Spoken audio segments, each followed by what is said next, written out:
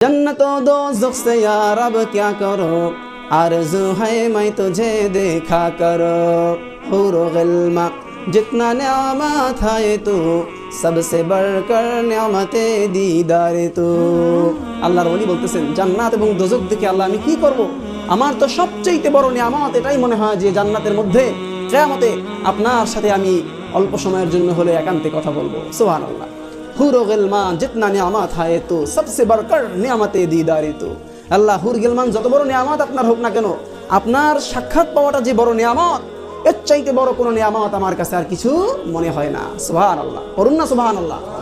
মনে রাখবেন আল্লাহর কোরআন শুধুমাত্র মৃত ব্যক্তির মাথার কাছে বসে পড়ার জন্য নয়, আল্লাহর কোরআন জীবিত মানুষকে পথ দেখায় আল্লাহর জান্নাতি বানায় দেওয়ার জন্য এসেছে। সুবহানাল্লাহ, করুন না সুবহানাল্লাহ। সম্মানিত ভাইরা আমার, নিজের আমলের পরিবর্তন করতে হবে। আমলের যদি পরিবর্তন না করেন, কিয়ামত পর্যন্ত এই সমস্ত বিদআতি আমলগুলো সমাজের মধ্যে তৈরি হতে থাকবে।